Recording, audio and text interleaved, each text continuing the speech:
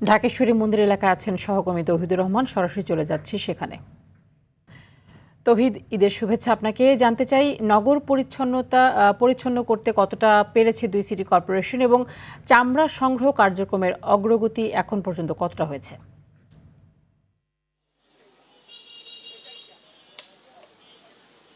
তানি, আপনাকে ধন্যবাদ। আপনার মাধ্যমে দেশবাসীকে ঈদের শুভেচ্ছা।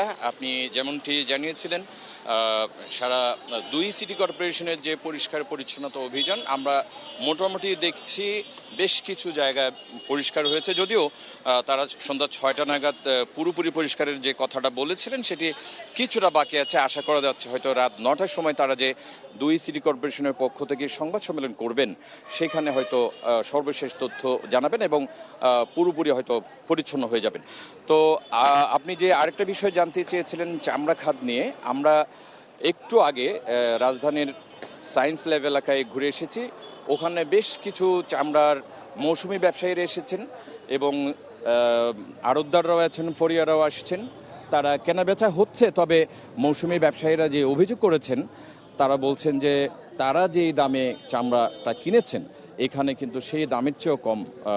আপনি দেখতেই পাচ্ছেন, ক্যামেরায় দেখা যাচ্ছে যে তারা দর কষাকষি চলছে। যারা মৌসুমি ব্যবসায়ী তারা আসছেন এবং আড়তদাররাও দেখছেন।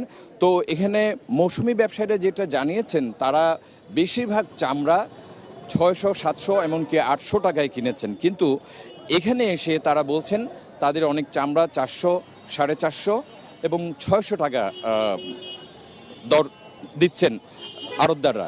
যদিও ট্যানারি অ্যাসোসিয়েশনের যে সাধারণ সম্পাদক উনি যেটি বলেছেন তাই বলছেন যে বৈশ্বিক যে ব্যবস্থা সেই কারণে চামড়ার বাজারটা খারাপ, সেই কারণে মূলত চামড়ার দাম কম। তবে আশা করছেন দুই পক্ষেই দর হয়তো আর একটু বাড়বে। এই ছিল আমার কাছে এখানকার সর্বশেষ তথ্য। তানি, ধন্যবাদ আপনাকে।